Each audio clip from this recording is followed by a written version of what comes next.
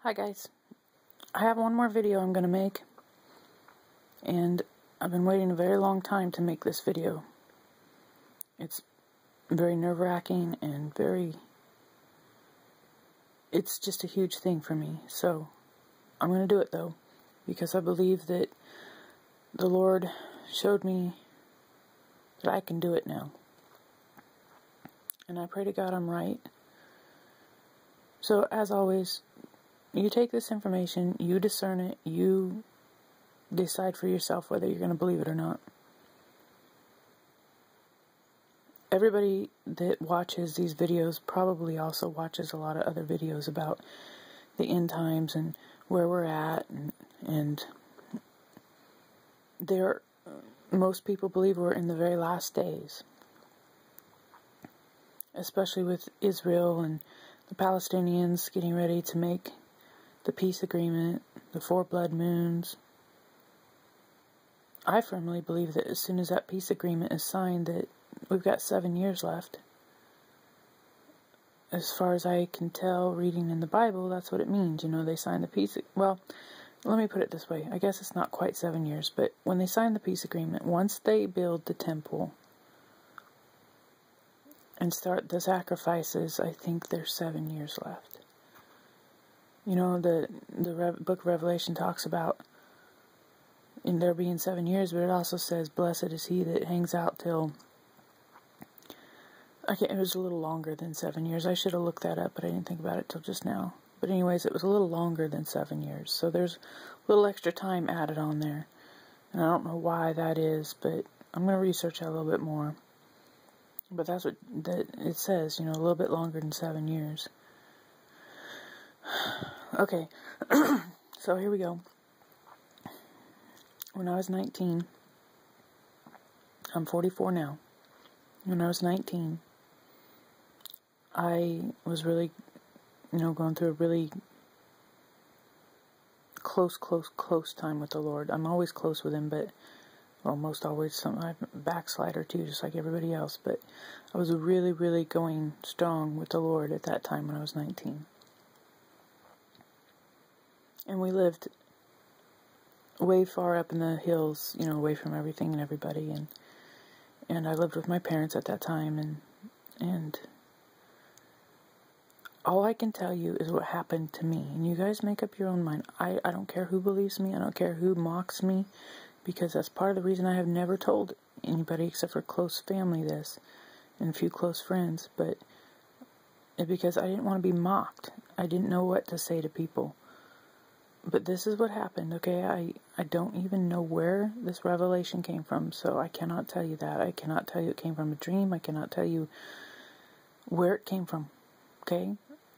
I was just standing there one day. I think I was out with my horse, and I just all of a sudden felt really happy and really excited. And I went running into the house, screaming for my mother. She came out, what's going on? I says, Mom, I know when Jesus is coming back. And she says, what? She says, you don't know that. Nobody knows that. Nobody knows the day or the hour. And I thought about it for a minute. I was kind of disappointed, and I thought, what the heck? Because I had had this revelation, and I was so excited, and I didn't know where it came from or anything. But it wasn't a day or an hour. So I'm not claiming that. I do not know the day. I do not know the hour. Not even close. The revelation was that the Lord would come back when I was around 52 years old. And I can't even specifically say exactly 52. But it was very close to 52. So I don't know if it was like, between 51 and 52 or between 52 and 53. I don't know that. I just know that the revelation was the Lord would come back when I was around 52. And my mom chastised me, and she said there's no way I could know that. I didn't know where that came from. I have no idea exactly how I got that revelation. Okay, guys, it just happened. I tried to get it out of my head for many years. I tried to tell myself, Mom said there's no way you could know that. I read the Bible. Jesus said no man knows the day or the hour. But He didn't say no one knew the time frame. He didn't say anything like that. I mean, in fact, he says that the day of the Lord should not catch you unaware. You shouldn't be sleeping. If you're not asleep in the Lord, then you should be able to figure out the time frame of when he comes back. And so I thought about that a lot. You know, this is not a day, this is not an hour, this is a time frame. And then, oh my gosh, you guys, so many years went by and I thought about it periodically, and I just kept trying to tell myself, you know, this is stupid. Where did I get this from? Why am I even thinking this? I tried to get it out of my head. I tried to make it go away. And guys, in all honesty, it is so strong in me, I cannot get rid of it. I just can't. I cannot convince myself I don't know this. And it really causes me a great concern a lot of times. But I was thinking about this again the other day, about a week ago. This is how nervous I still am about even saying anything. And I started thinking about another thing that happened to me when I was up there. And it was like the Lord showed it to me on purpose, because I really, truly, honestly believe that he was giving me confirmation to share this finally with people. Because I haven't. I kept my mouth shut because I don't want to be ridiculed. I mean, that's a human thing, obviously, but I didn't want people making fun of me and calling me stupid. But he told me, he says, basically, I remembered, okay, when I also lived up there, okay, my sister lived, close to 100 miles away. And I hadn't talked to her in a very long time. My mother hadn't talked to her in a long time. And whenever my sister would come around or whatever, she would always, always call. She never showed up without calling. I mean, we always have this thing where, you know, you call before you leave, and then if you're not there in an X amount of time, we get a little concerned and maybe go looking for you. And same with when you go home, you know, you call when you get home so we don't worry about you. So that's kind of the way it was in our family. You know, nobody ever came up without calling first. Well, it was again around the same time frame when I got this revelation, but I think it was afterwards. And I was the same thing. I was outside, and all of a sudden I just got this like word of knowledge, is what I'm going to call it. Somebody told me not to call it that, but you know what? I'm done listening to mankind. I'm done. I got a word of knowledge, and all of a sudden I just went running back in the house. I said, Mom. And she's like, what? And I'm like, Jackie's going to be here. She's coming. She's going to be here any minute. And my mom's like, I haven't got a phone call or anything from her. I think you're nuts. And I'm like, I don't care whether you got a phone call. I said, she'll be here any minute. I know she will. And of course my mom didn't believe me. So I went outside and I sat on the porch and I waited. And within a very short time frame, probably within the hour, my sister pulled in the driveway. And my mom came running out of the house completely freaked out. You know, how did you know? Blah, blah, blah. And I was like, I don't know how I knew. I just knew she was coming. And she did. She showed up and she hadn't called or anything. It was just like I was standing there and I just had this knowledge that she was coming. And the Lord showed that to me the other day. And it kind of hit my heart really, you know, like, oh my gosh, you backed up what you told me with something else I had no business knowing, and it came true. And to me, it was like the Lord telling me, there's your confirmation, Cindy. I told you when my son would come back. You have no business knowing that. You know, nobody's going to believe you. But then I also told you that your sister was going to show up. You had no reason to know that. Nobody believed you. But she did. She showed up. So there's your confirmation. And so I freaked out when I realized that, because I hadn't thought about that before. I just knew that those two things happened to me when I was 19. And I've been carrying those around for a very, very long time, you guys. Very long time.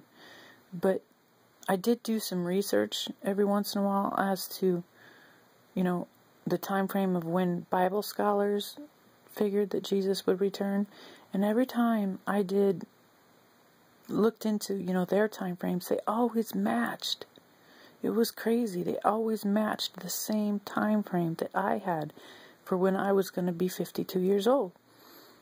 And even now, with this whole blood moon cycle, You guys, it works out to the same time frame. It really does.